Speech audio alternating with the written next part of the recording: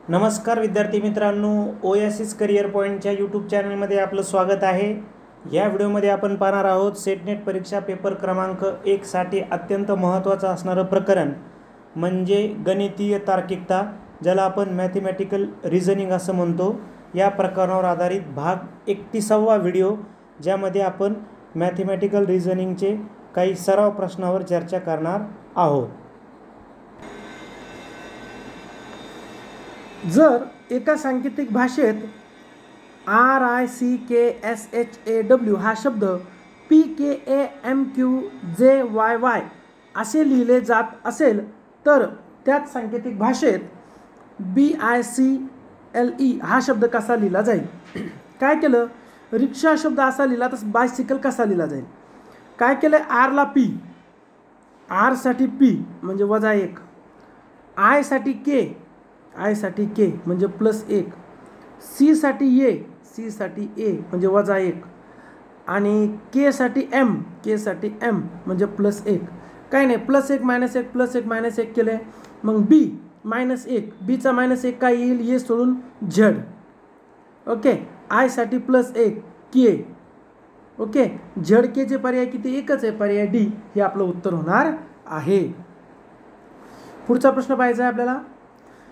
2 पुरुष आणि 3 मुलं एक काम 10 दिवसात करू शकतात।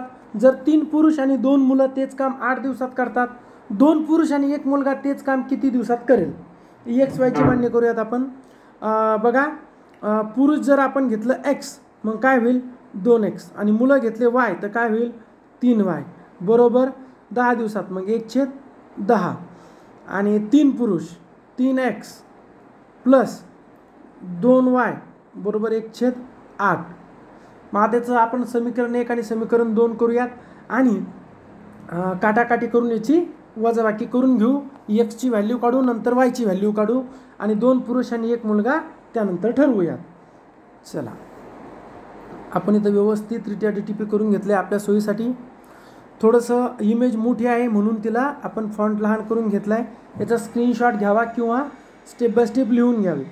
एका दिवसाचे काम X, एका दिवसाचे मुलाचे काम Y, समीकरण 1 समीकरण 2। मग आता समीकरण 2 मधून 1 ला वजा केलं तर आपल्या X ची व्हॅल्यू मिळाली X बरोबर 1/40 + Y। मग आता समीकरण 1 मध्ये X ची किंमत टाकली तर आपल्याला Y ची किंमत मिळाली Y बरोबर 1/100। समीकरण 1 मध्ये Y ची किंमत टाकली तर X ची किंमत मिळाली 7/200। मग 2X आणि 1Y त्या किमती इथं टाकल्या तर आपल्याला मिळालं 12.5 दिवस म्हणजे 12.5 दिवस। पर्याय क्रमांक C हे आपलं उत्तर येणार आहे। गणित खूप मोठं आहे, खूप स्टेप्स आहेत, त्यामुळे आपण स्क्रीनशॉट घेऊन व्यवस्थित एकदा स्वतःच्या हस्ताक्षरात हे पूर्ण नोटबुकवर नोट डाऊन करावं, जेणेकरून या प्रकारचा प्रश्न आला तर आपला 1 मार्क निश्चित होणार आहे। एका अपूर्णांकाचा छेद त्याच्या अंशापेक्षा 4 ने मोठा आहे। त्या अपूर्णांकाच्या अंशामध्ये 11 मिळवले व छेदातून 1 वजा केल्यास मिळणाऱ्या अपूर्णांकाची किंमत 7/3 होते, तर मूळचा अपूर्णांक किती? बघा, छेद अंशापेक्षा 4 ने मोठा, मग अंश जर आपण X घेतला तर छेद काय होईल? X + 4।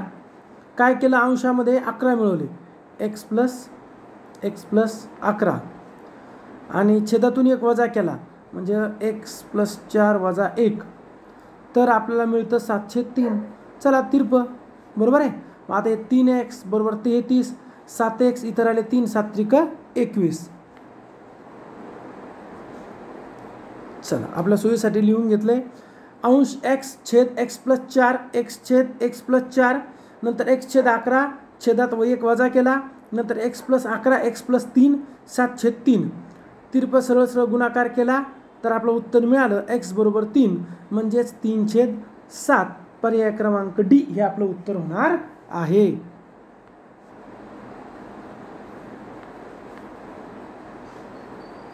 प्रश्न आहे की 3 संख्यांची सरासरी 60 आहे। पहिली संख्या दुसरी संख्या पहिल्या संख्येपेक्षा 6 ने मोठी, परंतु तिसऱ्या संख्येपेक्षा 12 ने लहान आहे, तर दुसरी संख्या कोणती? बरोबर आहे। मग चला, आपण पहिली संख्या घेतली समजा X, दुसरी संख्या पहिल्या संख्येपेक्षा 6 ने मोठी, मग दुसरी काय झाली? X + 6।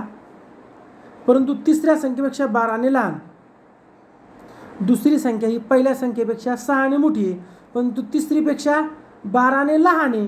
मग 12ने लहान आहे म्हणजे ज्याच्यामध्ये काय करावं लागेल आपल्याला, तिसऱ्यासाठी तिसरीमध्ये 12 मिळवावं लागेल.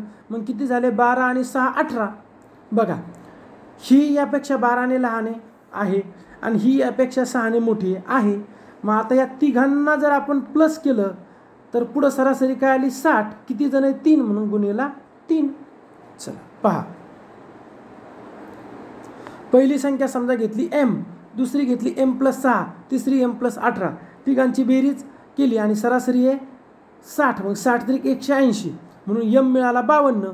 मग पहिली संख्या 52, दुसरी 58 आणि तिसरी 70. नियमात बसतं का पहा, की पहिली संख्या दुसरीपेक्षा 6ने मोठी आहे, दुसरी 58. मग पहिलीपेक्षा ती 6ने मोठी आहे का, 52 आणि 6 58 बरोबर. आणि तिसरीपेक्षा 12ने लहान आहे. 58 हे 70पेक्षा 12ने लहान आहे का, आहेत ना, कारण 58 आणि 12 70. तर दुसरी संख्या निवडा 58.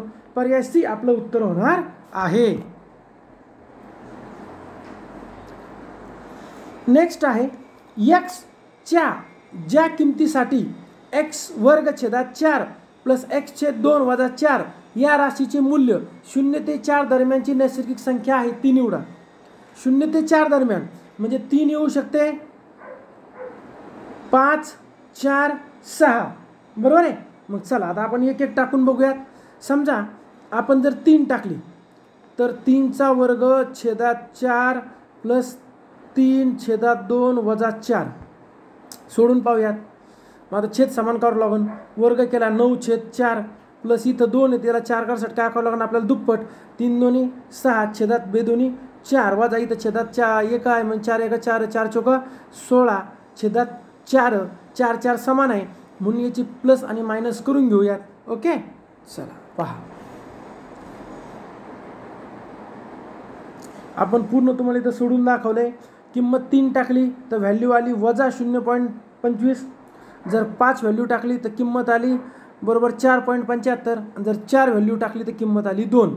म्हणजे आपलं उत्तर किती आहे, 4. पर्याय क्रमांक सी. प्रश्न पुन्हा एकदा व्यवस्थित समजून घ्या.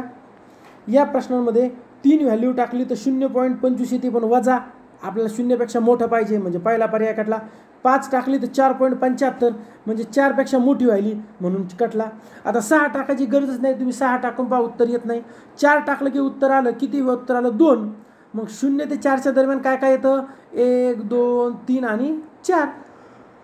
आपला उत्तर मिळालं आहे पर्याय क्रमांक सी 4. जर आपण x ची व्हॅल्यू 4 केली तर उत्तर येते. हा तर तुम्ही याचा व्यवस्थित एकदा स्क्रीनशॉट घ्या आणि तुमच्या हस्ताक्षरात लिहून घ्या आणि एकदा गरज वाटल्यास 6 ही किंमत त्यामध्ये टाकून बघा, उत्तर येणार नाही. अशा प्रकारे आपण 5 प्रश्नांवर चर्चा केली आहे. आपण 15 जून 2025 साठी 12 सराव पेपर PDF स्वरूपात घेत आहोत, ज्यासाठी तुम्हाला 450 रुपये फीस आहे आणि 98 23 24 71 91 या नंबरला ती पाठवायची आहे. फोनपे किंवा गुगल पे करून फीसचा स्क्रीनशॉट व्हॉट्सअपला पाठवा. तुम्हाला या दिलेल्या तारखांना पेपर मिळतील. जर या तारीख झाल्यानंतर तुम्ही व्हिडिओ पाहत आहात तर तुम्हाला 12 पेपर लगेच PDF स्वरूपात व्हिडिओ विश्लेषणासहित पाठवल्या जातील. त्याचबरोबर प्लस आपण 4 पेपर घेणार आहोत, यासाठी कुठल्याही प्रकारची फीस आकारल्या जाणार नाही.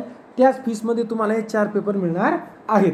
व्हिडिओ आवडल्यास लाईक करा, आपल्या मित्रांना शेअर करा व ओएसिस करिअर पॉईंटचे YouTube चॅनल सबस्क्राईब करा.